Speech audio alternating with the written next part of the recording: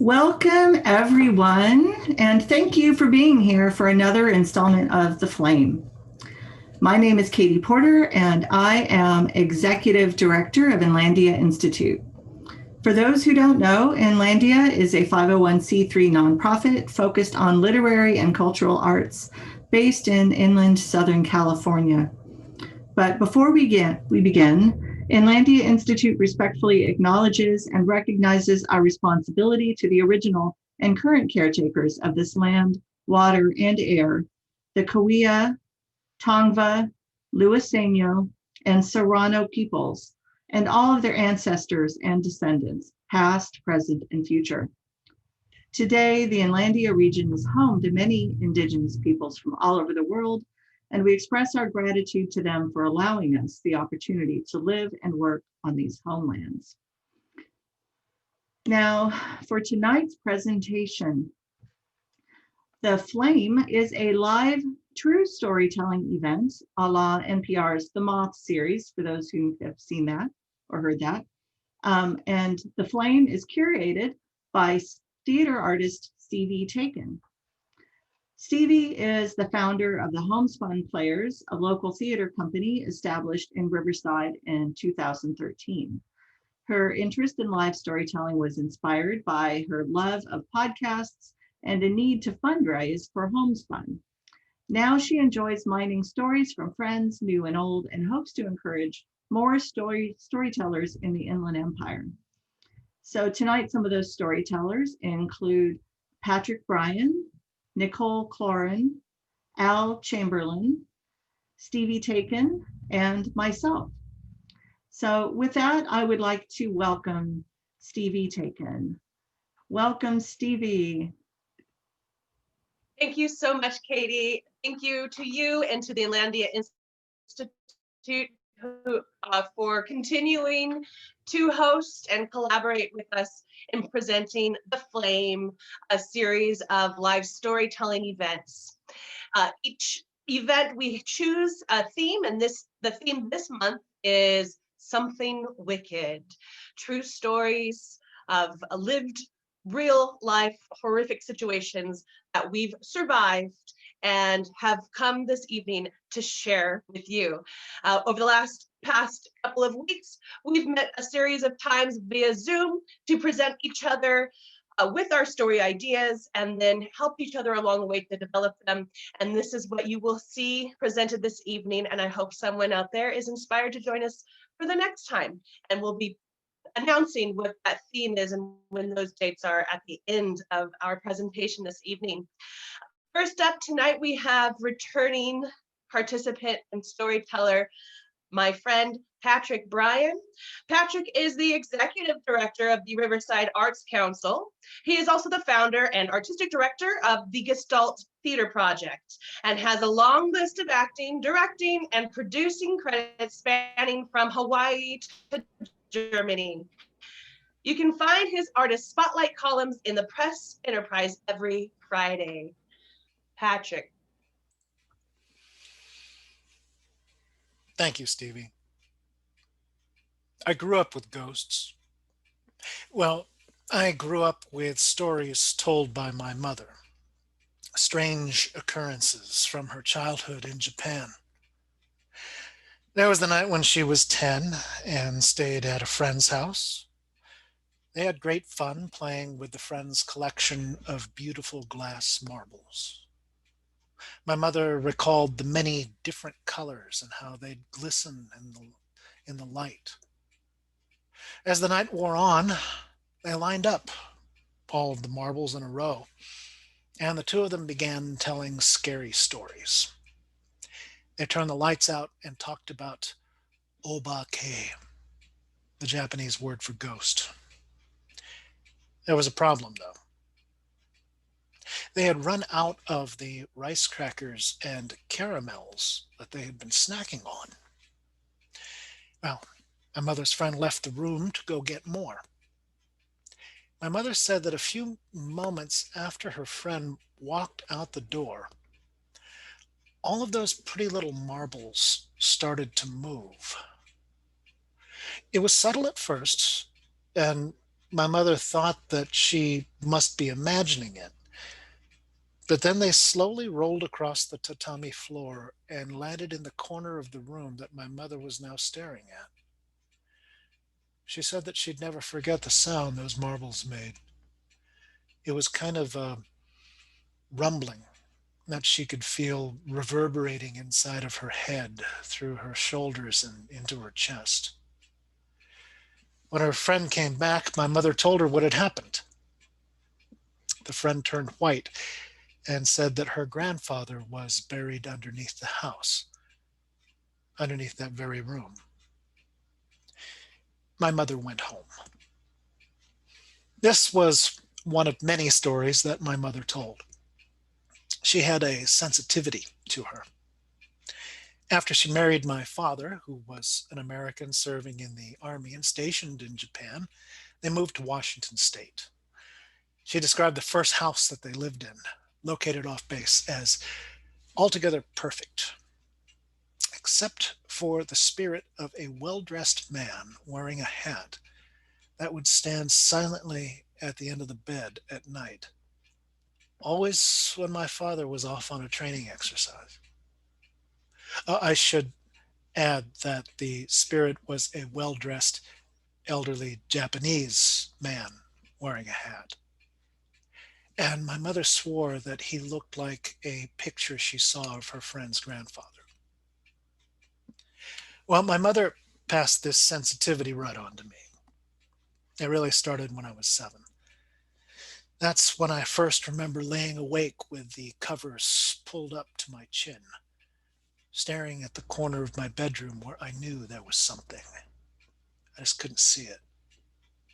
That feeling that you sometimes get when you enter a dark room and reach for the light switch, but it's not there, and you're sure that a cold hand is going to close around yours, so you desperately slap the wall until you find the switch and turn on the light.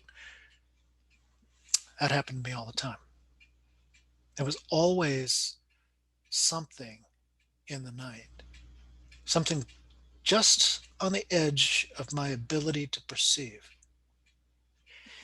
So instead of being some scared kid dodging cold hands and staring into corners, I started to seek out what I couldn't see. I would sit in the dark and challenge whatever energy was there to show itself. I'd walk into a dark room and pause, holding my hand out, smiling. Oh, my heart was racing, but I would breathe my way into controlling it, into controlling my fear. Nothing happened. Nothing showed itself. But I slept better. Then at a certain point, all of that changed. I started doing spirit voice recordings with some friends when I was in high school. Electronic voice phenomenon, as some people call it. You'd make a recording asking questions and leaving space in between. Usually on playback, there'd be nothing. Once in a while, there'd be tapping on the microphone. Sometimes there'd be something else. I had a much higher success rate than my friends.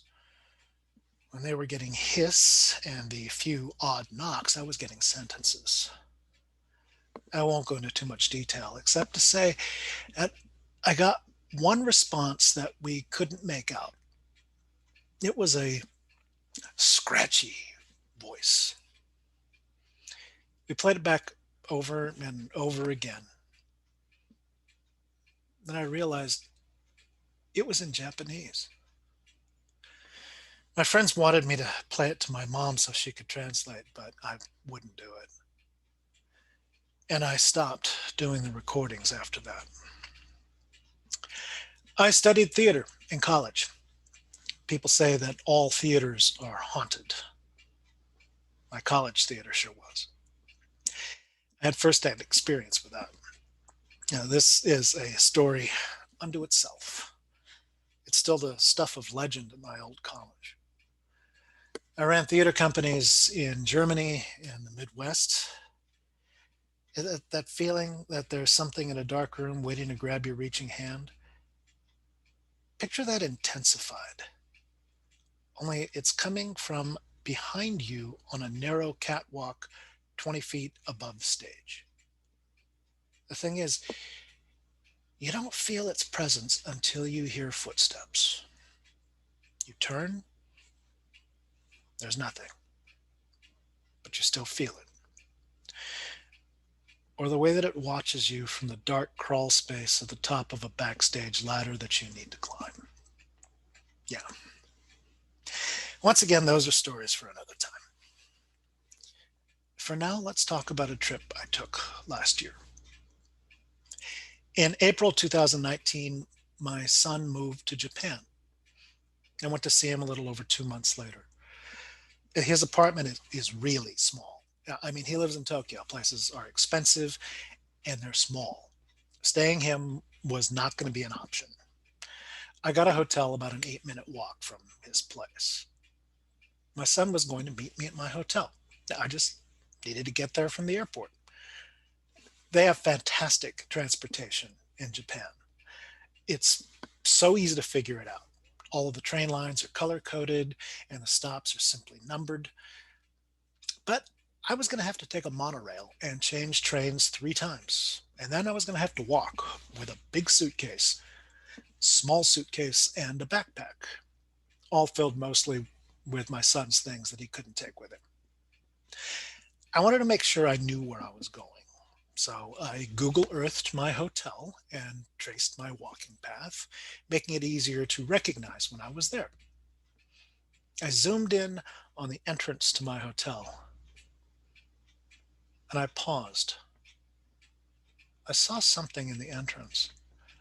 It was like a smudge, but part of that smudge really looked like eyes and a gaping mouth. Somebody must have been carrying something when the image was taken. I didn't think anything more about it. I got to Japan. I found the hotel. My son met me. He seemed taller. His smile seemed broader. He's in his element, I thought. We had a great rest of the day. And when I sort of collapsed in my room at the end of it, I was pretty beat. I don't sleep on planes, so I had been going for nearly 48 hours. I turned out the light and closed my eyes, looking forward to the sleep that awaited me. Something was in the room.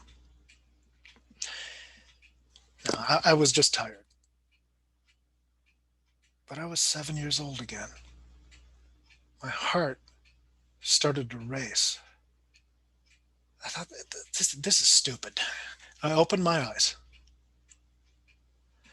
There at the foot of the bed was a well-dressed, elderly Japanese man with a hat, staring at me. Eventually, I must have fallen asleep. I woke up the next morning, and I wondered if it was being in my mother's homeland. A lifetime's worth of stories, memories, or if somehow something had come full circle. I was there 7 more nights. I never saw that man again. And in the years since, it's all been quiet. Thank you. Thank you, Patrick. I will be sleeping with the lights on tonight. I don't know about the rest of you. I live alone. Okay, next we have new to the flame, but not to Inlandia, Nicole Cloran. Nicole is the founder and creative director of Puppets a la carte, where she uses puppets to feed the imagination. She's a resident artist at Riverside Studios and loves partnering with other artists and organizations. Nicole holds a PhD in higher education and an MA in American Studies from the College of William and Mary and a BA in English from the College of the Holy Cross. Thank you so much for joining us tonight, Nicole, and everyone, please enjoy this story by Nicole Cloran. Scene 1. An ordinary day in an ordinary place. Like all good horror stories, mine begins on an ordinary day in an ordinary place. It was Father's Day 2019, and my husband and father to our 12 and 7-year-old wanted to go off on his 50-mile bike ride. I don't ride my bike much, like to the bagel shop and back if there's a bagel in the deal, you know. So I was fine staying home with the kids. My husband and I share enough interests in common to keep our union strong and enough hobbies separate to keep our union strong. We also trust each other, so we don't always have to know, where the other person is 100% of the time. So off Brian goes on his bike ride, leaving the kids and me at home to scheme about what we're going to do when he gets back to make him feel special on Father's Day, knowing that we've already given him the best gift, which is hours of guilt-free time on his bike with some buddies. Scene 2, a creepy phone call. About an hour after Brian has left, my phone rings. I look and I see that it's Brian and I think, oh, this isn't good. We've had this before. He either has a flat tire or a spill. I'm gonna go pick him up. So I pick up the phone. Hello? Nothing. Hello? Brian? Nicole. Oh, something's got me. What? What's got you? I don't know. Where are you? I don't know. Where are your friends? They disappeared. Okay, Brian, you need to hang up and call 911 right away, okay? Okay. And then Brian, I want you to call me back, okay? Brian? Brian? The phone had gone dead. Scene 3, mounting unease. I'm now wondering what monster has dragged my husband off the road and under a bush. I'm imagining tentacles coming from under the earth and pulling him into the leaves, sucking the life out of him. I really feel like I have to find him, but I have no idea where he is. So I think, who do I know who might be on this ride with him? And the only name I can remember is Fauzi. So I go to his computer, to Brian's computer, I open it up and I start typing this name in. Thank goodness the computer is not locked because of course my husband trusts that I'm not going to be poking around in his business. So there I am, poking around in his business, typing in F-A-U-S-I, nothing. F-A-U-Z-I, why? I come up with nothing. I've met Fauzi once and liked him immediately, but the topic of how to spell his name never came up in our memorable conversation about Indonesian puppets. Scene 4, no help. By now my heart is starting to race and I need to find help, but I don't know what to do. So what do we do when we need help? We call 911, right? So I've never called 911, but I think now is definitely a time to call 911. So I go ahead and I call, and unlike in my nightmares where I'm put on hold, a dispatcher picks up right away. But then our conversation is pretty short because I know neither what the emergency is nor where my husband is located. All the dispatcher can tell me is that they have received no phone calls about a cyclist in distress. The shock is really settling in now. My husband is lying somewhere, secluded, alone, and he needs help, and I can't do anything from where I am. I try to tell myself that he didn't call back because somehow it worked itself out. He jumped back on the bike and had to hurry up to catch up with his friends. Or maybe he lost cell phone reception and that's why he couldn't call me back. But I can't seem to swallow this truth. I can hardly swallow my spit. Come to think of it, there is no spit in my mouth to swallow. My lips are dry, my mouth is dry, my heart is dry and aching and cracking, and my hands are shaky. Scene 5, I have to take matters into my own hands. This is where the Winona Ryder character of Stranger Things goes rogue with a kidnapped Russian code cracker. I collect myself, take some breaths, remind myself not to be a worrywart, and I go find my kids and I say, hey, listen, mommy has to run a little errand. I'll be back in 20 minutes tops. Okay, they say, and dive right back into their imaginary play world that I wish so much I could escape into right now. I drive to the bagel shop, the only place, ironically, I ever bike to, and I'm looking desperately for other cyclists. They tend to gather here before a ride for a cup of coffee or after their ride is over for a bite to eat. And some of the cyclists, they swap groups. They might ride with one group on one weekend and another one on the other. So I'm hoping there's somebody there who knows what route my husband is on. I know that he follows some kind of a pattern, like each Sunday of the month, the first Sunday they go on this route, the second Monday they go on that route. But I have no idea what Sunday we're on, let alone what route it might be. So I'm looking, and there isn't a single bicyclist there. It's 9:30 and everyone is either on the road already or stayed home because of Father's Day. Scene 6. An unknown horror is haunting my husband and increasingly me too. I am officially out of ideas. I need to get home to my kids. So I'm driving home and I'm trying really hard to not panic. I'm forcing myself to think about my breathing, telling myself it's silly to overreact. But my diaphragm has moved up into my throat and I'm only able to take these itty bitty little sips of air. And my hands are shaking like a wood chipper as my mind is shredding its grip on reality. I start to see everything super sharp and in focus. There's the sidewalk, there's a tree, there's a leaf from the tree blowing on the sidewalk. I'm trying so desperately to hold on to the here and now, but my mind is being pulled away. And in my mind's eye, I see my husband lying there, suffering, and I'm kneeling beside him. And he can't hear me. And I just think, no, he cannot be dying. My phone rings. Hello? Hi, Nicole, it's Fauci. Fauci, thank you for calling. What's happened to Brian? Scene 7, a lucky break. And I mean lucky. Lucky that when no car stopped for Brian, a pickup truck stopped at the top of the hill, saw the other bicyclists and said, hey, I think your buddy down there needs help. Lucky because Fauci had worked for years on a cruise ship where CPR is required.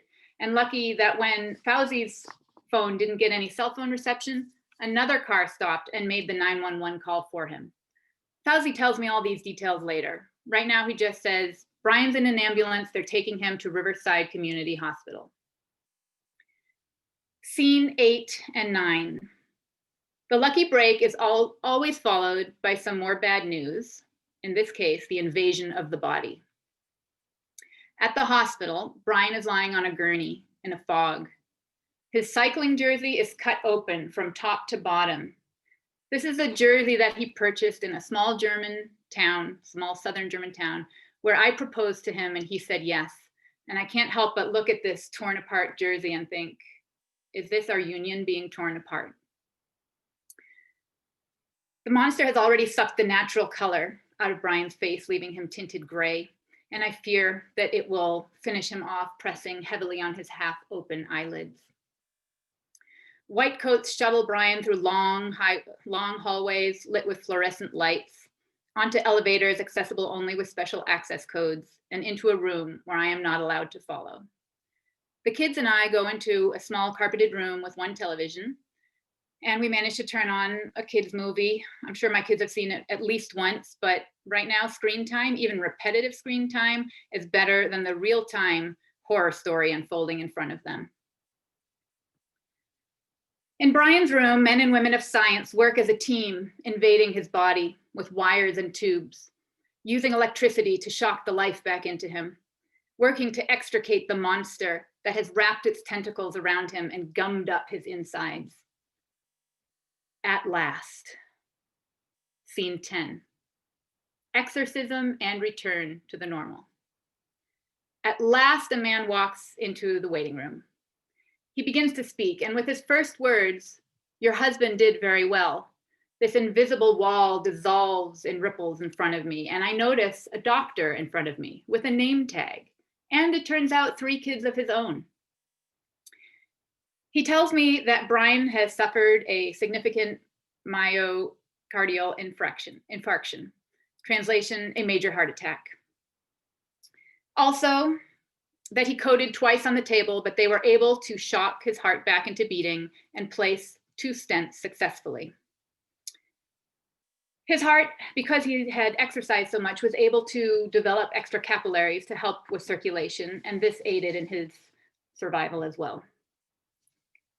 And this is where I stop with the horror genre, because everyone knows that it doesn't end with scene 10, return to normal.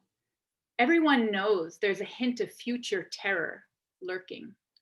And I feel this lurking. I know the doctor told me that Brian will need more stents in the next few weeks. I know every day of our mortal lives has the potential of unknown horror. But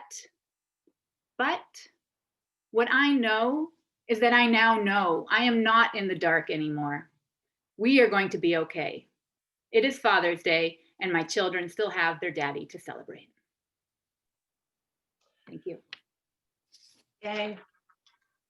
Thank you, Nicole. Thank you so much for sharing that truly horrific true story with us. I really applaud for you for doing that. This was your first time telling a story, doing this type of live storytelling, and it takes a bit of courage, and you did so well. So thank you so much for joining us, and I hope you come back some more. We're going to be moving along. We have our next storyteller. He is returning. He's Al, I believe this is the Flame event, and this is your fourth time presenting. You've been with us every time. Fantastic. So welcome back, everyone. Alvin Chamberlain. Al was born in San Bernardino, attended San Bernardino Valley College, and graduated with a BA in Travel and Tourism Management from BYU in Hawaii. He has an MBA degree from the American Graduate School in Glendale, Arizona. He served as a supply officer in the U.S. Navy Reserve, a federal bank examiner in the FDIC, and a retirement counselor with a large insurance company. He holds 3 teaching credentials and has taught for over a decade in secondary schools in the Inland Empire. Welcome back, Al. Thank you very much. All my life, I've been trained in the scientific method and in rational thought, yet I believe in phenomena that can't be seen or explained by modern science. In my lifetime, I've seen my share of UFOs and spirit apparitions. Since the theme of our program is something wicked, this way comes, I'd like to share with you a story about seeing several such spirit apparitions all at one time.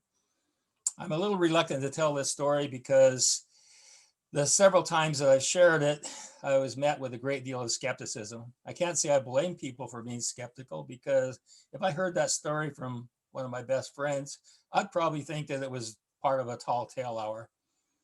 This happened in the town of Valle Grande, Bolivia, and back in 1974, about 14 months before I returned to California. I was serving there for 2 years as a missionary for the Church of Jesus Christ of Latter-day Saints, helping the members, teaching people, and also strengthening the members of our faith there. Now, back in late February or early March of 1974, I received a transfer from the city of Sucre in a valley in southern Bolivia to go to a town called Valle Grande, which was on the eastern slopes of the Andes. To get there, I had to ride a bus 8 miles north to Cochabamba, Bolivia, and then take another bus east and then south to Valle Grande. So it was about 18-hour trip all together. When I stepped off that bus, it was like stepping into a time warp.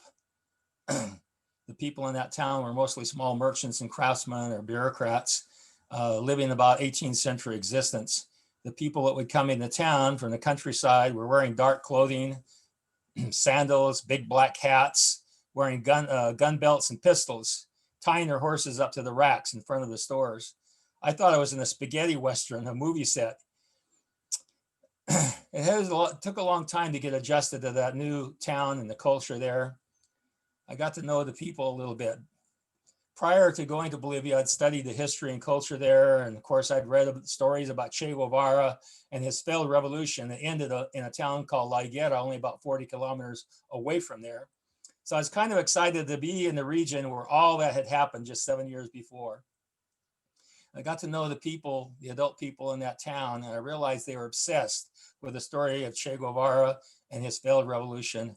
Most of them had seen his body when it was on the concrete slab. It was brought into the town after the final battle on the landing skids of helicopters for a big press conference. So the military could show the world that they had killed and finished off the great revolutionary leader.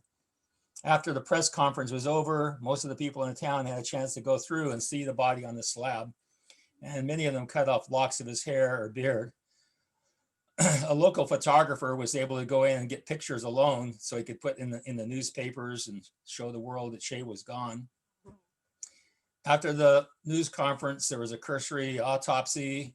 They cut off Che's hands, put in a jar to take to La Paz for fingerprint analysis. And then his body was, along with the 3 other Cubans, was taken out to the country near an airstrip and secretly buried there. Of course, the people of that town were told the body had been cremated. So when the family of Che showed up a week later to reclaim the body, they were told it was not there. It wasn't revealed until 1995 where the burial site was out near the airstrip. Now, after being in that town for a month or two, I got to know the people really well. It was a town where people were very culturally conservative, very tradition bound. Only about 20% of the people could read or write, and they didn't know a whole lot about the outside world. But it was still fun and interesting being in a town like that and getting to know these people.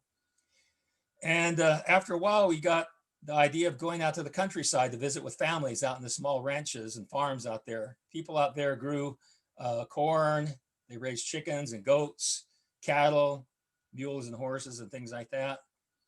So in order to get to the countryside, we had to borrow some mules from the local photographer, who by then was my friend.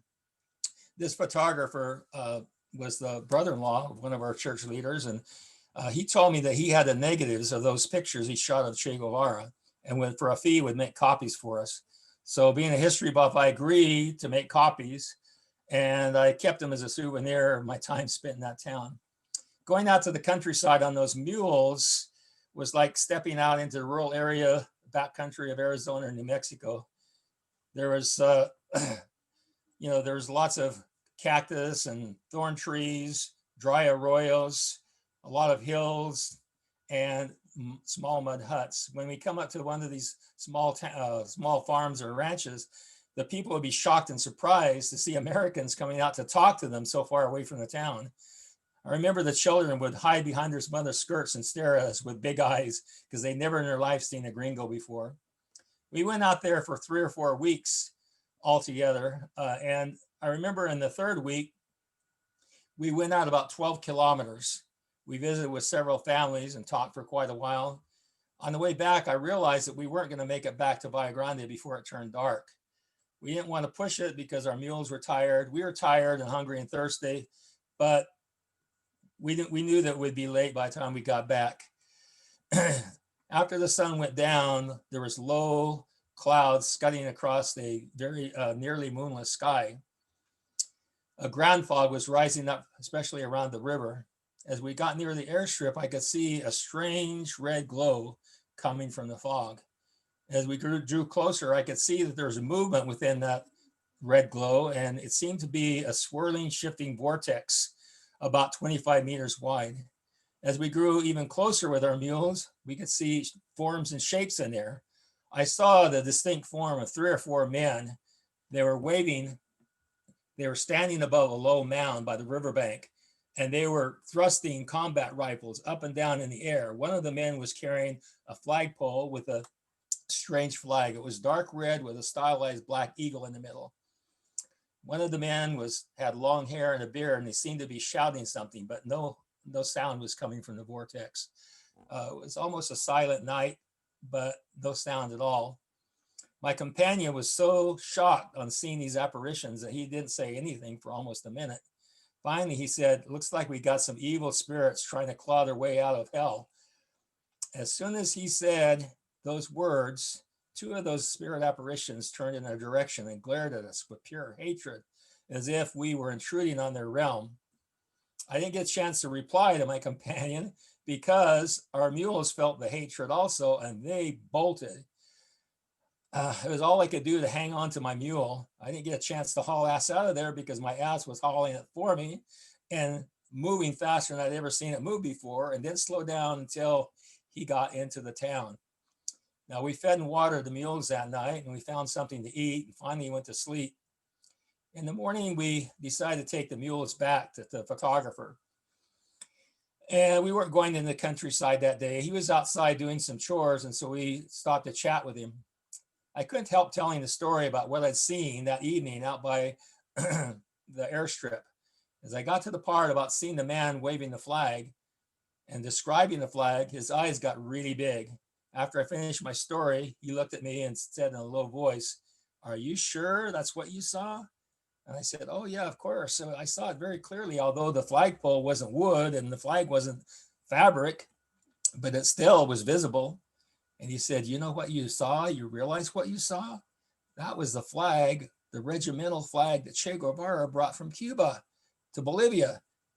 His bodyguard carried it in every battle against the Bolivian army. He fell on that flag when he was wounded at the last battle at La Higuera. And the Bolivian ranger that found the flag decided to hide it in the backpack because they knew that the Green Beret advisors would take it away. And they were afraid the gringos would take it back to the United States if they saw that flag. The only reason I knew about that flag was because one of the rangers who hid the flag was my friend. After I heard him say that, I knew exactly what I'd seen above that mound that evening. I knew that those people who were there waving the rifles and the flag were the Cubans who'd been buried there. And the man with the long hair and the beard was the ghost of Che Guevara. 6 feet of Bolivian soil would not be enough to bury the angry, to cover up or hold down the angry spirit of a man who was determined to come back to this world and prove that mere bullets could not end his revolution. And here's a picture of the man that I saw that evening, staring right at you from the concrete slab. I have many pictures like this that I received from the local photographer, and I still have it in my collection. Thank you. Thank you, Al. That was really great. Such interesting historical perspective. Thank you for sharing that with us. It's been fun watching you develop that story over the last couple of weeks. And so now I would like to share a story, if I may. This takes place back when I was putting myself through college. One of the ways I supported myself through college, when I wasn't working as a food server at a restaurant, that is, I spent some time as the working at the concierge desk and as a historic tour guide on the Queen Mary, the famous Queen Mary in Long Beach. And I worked at that desk with a few of my friends. We were all from the theater department, and we all, the job that I loved the most was giving the historic tour guide or tours, because we got to do our own research and we got to develop our own tours, and it was really a lot of fun to share that knowledge with everyone. One of the other parts of this job was we also were there to assist twice weekly, every Friday and Saturday night. One of us would be scheduled to assist the resident bona fide paranormalist, Erica Frost, on the paranormal shipwalk tour. This was a tour that took place from the hours of 11 p.m. and 1 a.m. And it would take you to the most haunted places on the ship, including the engine room, which was haunted by the spirit of a man, a crew member, unfortunately, who was killed in the engine room, crushed to death. We would take them to the boiler room, this room where originally stood the 2-story high, massive boilers which powered the ship. Those have since been removed, and it was just this massive cavernous void in the belly of the ship. We also went to the first class swimming pool, which was extra creepy and eerie, and it's been completely emptied for decades. But by far the creepiest, spookiest part of this tour was when we took the tour guests, all 25 of them. It always sold out without fail, to the forward cargo hold. This was at the very front of the ship, just behind the bow, and at the very bottom where you're standing on the hull of the ship. You're 30 feet below the surface. The doors are locked behind us. We are trapped down there, and it gets pitch black. I was there for a few years in the mid to late spots, including the end of 2008. And for those of us who remember, who recall, that was the year when the economy just kind of fell out beneath us. A lot of us were had lost our jobs, or we were clinging on to our jobs by a thread. At this time, the Queen Mary realized that they could no longer had it in their budget to afford the resident bona fide paranormalist. So our managers kind of took a look at us theater students who had been assisting her for the past couple of years, and thought, well, have any of you ever thought maybe you know, sensitive, paranormal, have you ever sensed anything? And I said, look, I know what you're getting at. I am a serious historic tour guide. And on the countless hours that I've assisted Erica Frost on this tour by being the security and holding the keys, I've never once experienced something that convinced me. I'm very much a skeptic. However, we're professional and we'll give you a good tour. So one of these nights, I was leading a tour, sold out again, of course. Jill was my roommate and friend, and she was assisting me this night. She would be holding the keys, unlocking us, and being our security, making sure people didn't wander off, as often people tried to do, and sometimes successfully wander off and get lost in the innards of the ship. As we always had with us, we would always provide one specific type of ghost hunting tool. These are called dowsing rods. They're just copper wires that are bent, and they sit in a sort of a little copper cylinder. So when you hold it, they tend to move very easily. They can move very easily, but you're meant to hand them off to one of the guests, ask them to find a resting position and relax. And we hold seances and we connect with the spirits, and we ask the spirits yes or no questions. And they answer us by either crossing the rods for yes or opening them for no. Now, you probably couldn't detect, but I was intentionally moving them. These worked beautifully, because what happens is you get someone to hold these who's never been on the tour before, possibly. And more often than not, the power of suggestion is quite a phenomenon, because they would just be barely holding them without realizing it. They're willing these things to move, open and close subconsciously. And it worked beautifully every time.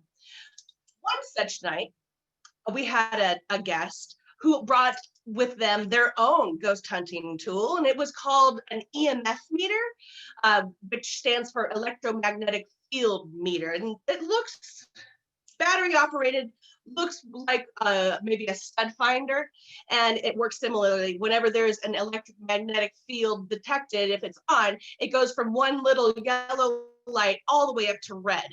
It'll bounce up and down. And I said, fantastic, you hold on to that. We're going to use that when we go to the forward cargo hold, and we'll hold a little seance.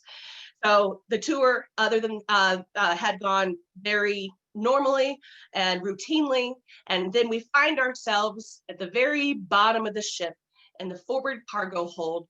My roommate Jill had locked the gate at the very top, and we had walked the 30 feet below down the steps, and we're standing at the very bottom of the ship. And I said, all right, everyone, if you would please turn off your flashlights. It's pitch black. And now for the guests who brought along the EMF meter, if you would just turn that on. And in pitch blackness, that one little light, that one little green light that let us know that the EMF meter was on. After a minute, your eyes would adjust and you can just barely make out people's facial features. And I began the seance, as I always had.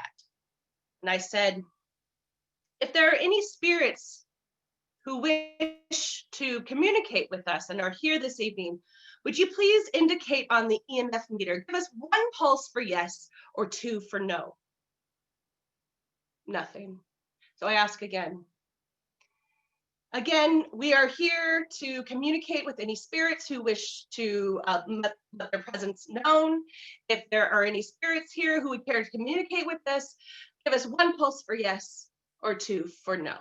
And I know by giving us two pulses, that could possibly also indicate that there was a spirit there. But what happened that time, I asked the question the second time, we got one pulse for yes. Whew, that's exciting. This is okay. All right. We might have made contact.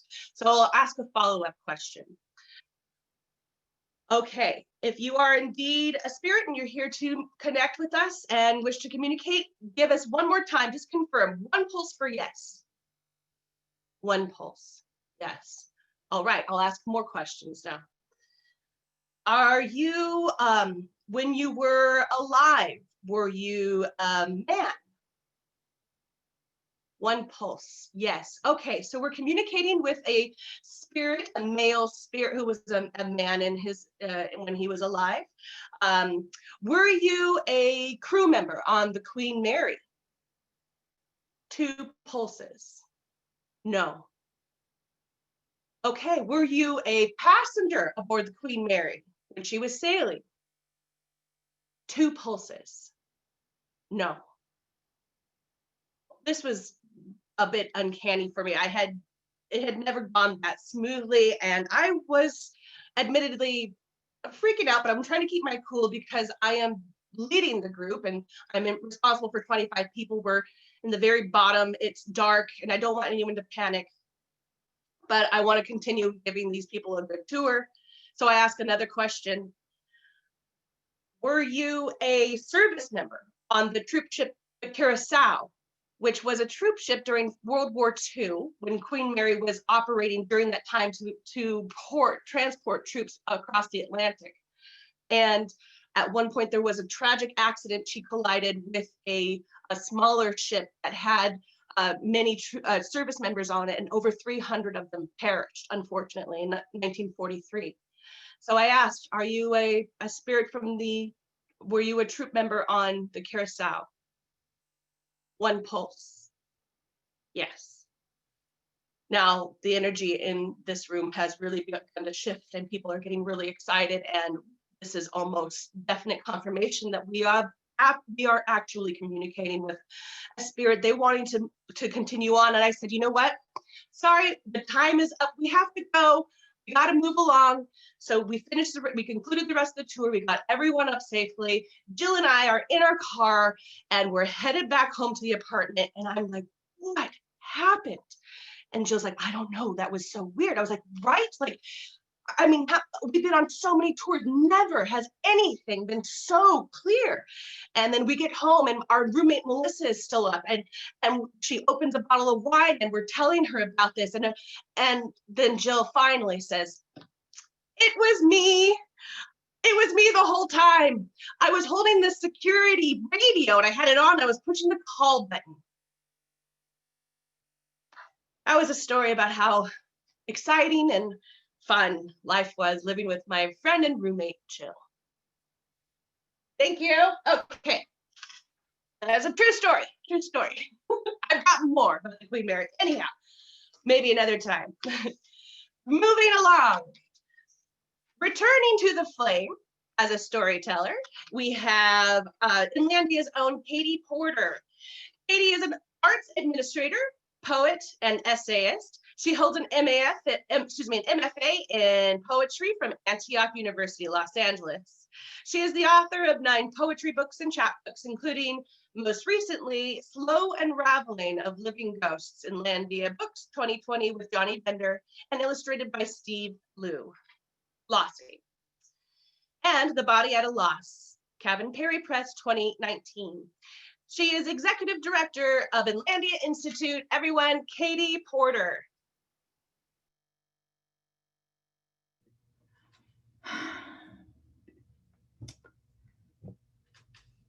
I've always been that kid off in the corner of the playground, daydreaming.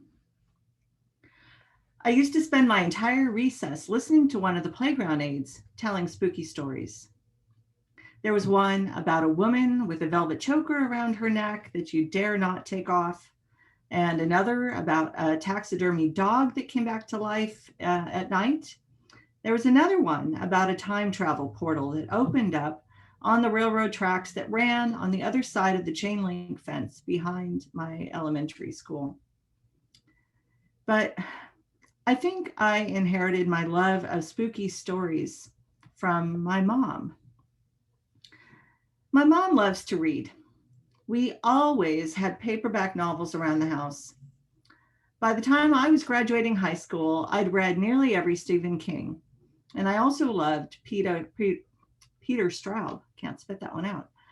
And I also get a sense from my mom that maybe there's something beyond this world that we can't see. We've talked about the possibility of an afterlife and the idea that maybe there's a way to connect from beyond the grave. As a kid, after my mom's mom, my maternal grandmother, my namesake, died, I had a hard time letting go. And one day I was on the playground, and in my head, I asked my grandmother for a sign that she was near. I thought of a very hard math problem that there was no way I could solve without some otherworldly intervention. 6 times 6. And suddenly the answer, 36, popped into my head. So yes, of course, Grandma Catherine was speaking to me. I was sure of it. And, there were other experiences too.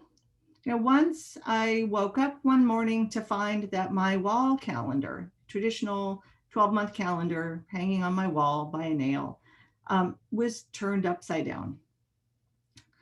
I couldn't think of any other explanation for why that might have happened. So of course, it must have been a ghost. So I called my mom into my room to show her, and she agreed. That was definitely what had happened. And then to compound that, as we were trying to leave the room, the door would not let us open it. It was like something was pressing against the door. So, was it my grandmother? I don't know.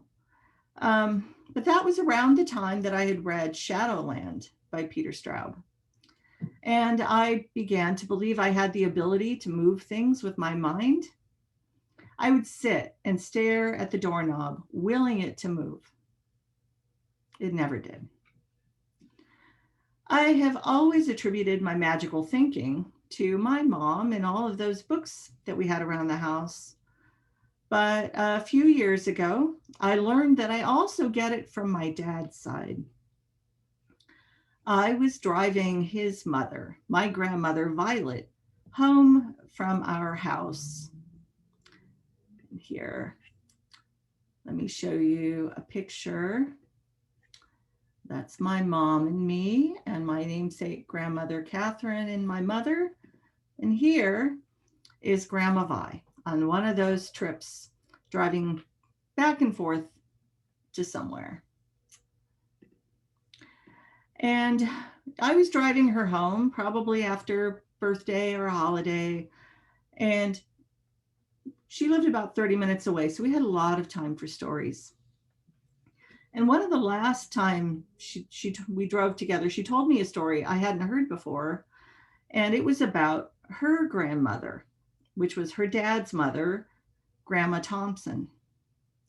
It kind of surprises me that I hadn't heard of that story until I was in my 40s, but when my grandmother, Violet, and her sister, Marie, were little, they would stay with their dad's mom, Grandma Thompson, Maud Thompson, while their mother, Daisy, was at work.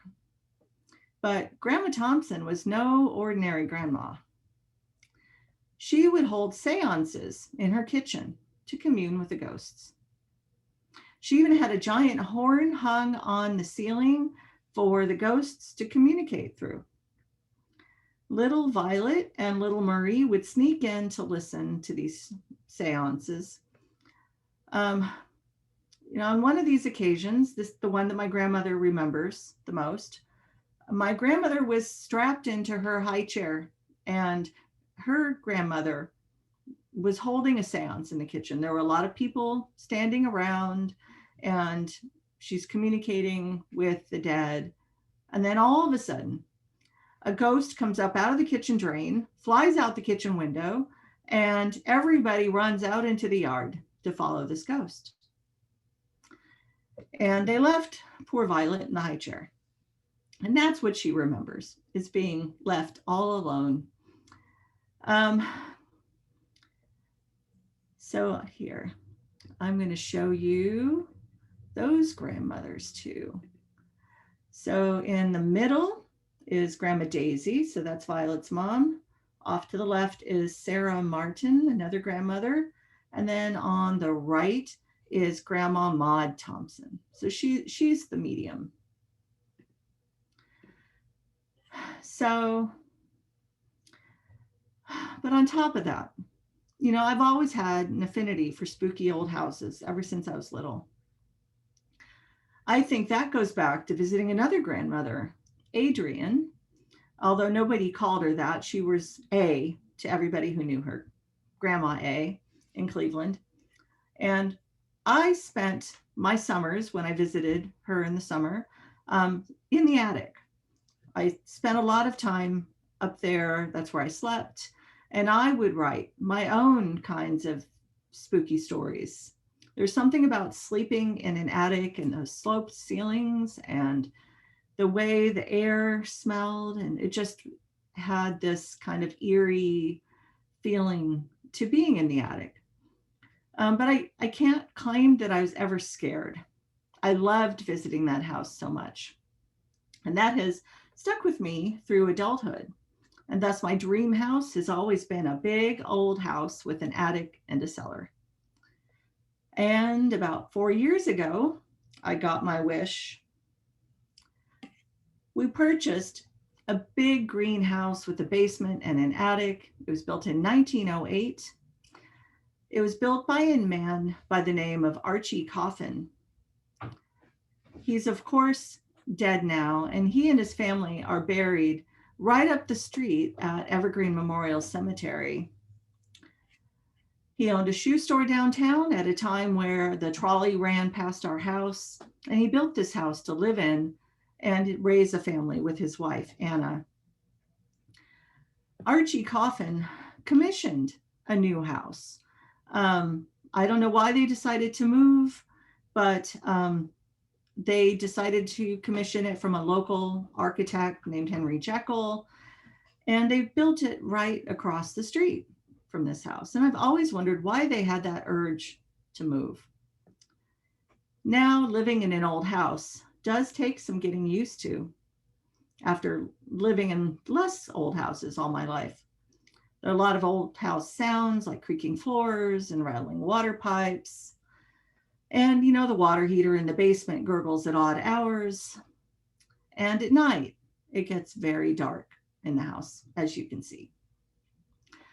For the first few months, I would get up in the middle of the night to use the bathroom, and I'd get kind of freaked out because it's very dark and a little bit scary. There's a glass door at the top of the stairs, and on the other side of that is a landing and a window. And I have to say, you know, sometimes the reflections in that door are a little bit creepy, hard, you know, but, you know, if you're someone like me, irrational with an open mind, I know that there's so much about this world that we don't really understand. So, you know, I'm not sure what I believe exactly, but one's mind does tend to get a little spooked sometimes. And so I've taken to leaving a nightlight on in the bathroom, and that has helped a lot. This time of year, though, my mind tends to find almost anything spooky. But I'm a grown-up, and I know there's no such thing as ghosts.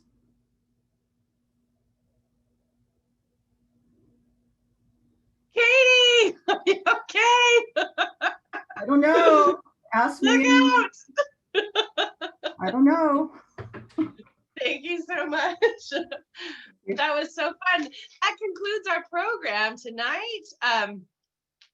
We have so thank you so much to all of our storytellers, to Patrick Bryan and Nicole Cloran, Katie Porter, Alvin Chamberlain, little Basil Faulty, my cat in the background. And we have a new theme for December, as we're going to be meeting. And so if this has been inspiring to you, and if you have any stories revolving around the holidays, the theme for December's story event is the most wonderful time of the year. And I'm going to toss it over to Katie. I believe those dates are on the first 3 Wednesdays for the workshops. And anyhow, coming up in December. We'll have the dates later. Thank you, Stevie. Yes, I think you're right. We're moving to Wednesdays in December because of some conflicts. But thank you to all of our storytellers, and thank you to our wonderful audience. I hope you enjoyed getting a little spooked tonight. Do join us in December for another installment of The Flame. And coming up even sooner than that, this Sunday, our Nicole Cloran, who just told her wonderful story tonight, she'll be telling a different kind of story with her wonderful puppets a la carte, along with Karen Ray Kraut, and they'll be telling a story from the Democratic Republic of Congo called Crocodile and Hen. So like and follow us on social media for more events for all ages. Thank you and have a happy Halloween.